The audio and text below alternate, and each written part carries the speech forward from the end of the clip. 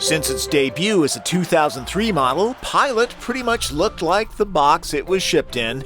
Honda throws a curve with Generation 3. Squint your eyes and there's a vague resemblance to the smaller CR-V, which is the best-selling crossover in the US. Pilot has 3 rows, so its biggest crossover competition would be Explorer, Traverse, and Highlander. And I do mean big. Rigs like this are replacing minivans for many families. It's not as supremely useful as a van, crossovers never are, but this segment is expected to become dominant in the next decade. Pilot can be ordered as a front-drive vehicle. The sight of this stuff causes buyers to check the all-wheel drive box, but the improved traction helps on other surfaces. These can be as slippery as ice. Slightly larger, but some 240 pounds lighter now, Pilot is quick. On dry pavement, I'll venture it does the 0 to 60 dash in about 7 seconds. One gripe I had about the outgoing Pilot, there was more road noise than I liked. This one is definitely quieter, much more refined. Every Pilot gets this 3.5-liter, 280 horsepower V6 with 262 pound-feet of torque. There are different drive modes. Lower trim-level Pilots get a 6-speed transmission with a normal selector. The 2 top models have a push-button 9-speed with paddle shifters. That 9-speed occasionally feels a little indecisive. The V6 is buttery smooth. Body movements are very nicely controlled, even though Pilot rides very high. That's something that people like about crossovers. No doubt about it, though, Pilot feels large, minivan large. It's comfortable, not sporty. Steering effort is on the light side. Visibility is excellent. Pilot is available with some great technology like radar-assisted cruise control. There's also lane keep assist that uses cameras to read the road stripes. And if you wander out of your lane, it will ever so gently nudge you back and vibrate the steering wheel. It doesn't beep, which alerts everybody in the car that you're not paying attention.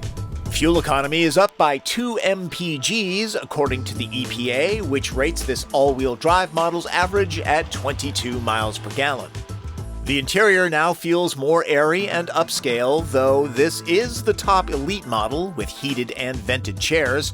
This mid-century modern touch is a good perch for a purse, storage is roomy, an iPad would fit without my Nerf protector.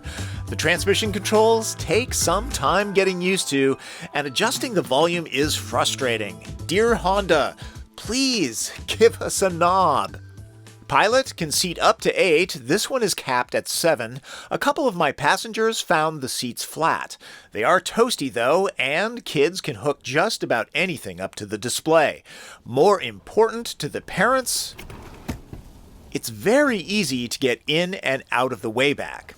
With the mid-row adjusted to give those in the third row a fighting chance, space is okay back here, but seats are low, so knees are up high. There are belts for 3. I would keep it to 2. At least there's a cup holder. Using the proximity key, some crossovers will open the liftgate if you simply stand next to it for a few seconds or wave your foot underneath the bumper. Pilot does neither. Most 3-row crossovers have little room behind the back seat. Pilot has enough space for 3 suitcases or a decent-sized cooler. Load a lot of muddy things. The plastic side of the floor cleans up quickly.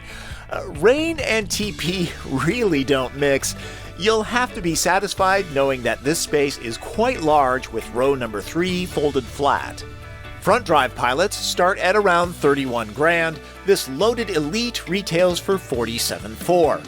Historically, Pilot owners are very loyal. A new sense of style, refinement, and fuel efficiency should make this Honda more popular, possibly at the expense of Odyssey van sales.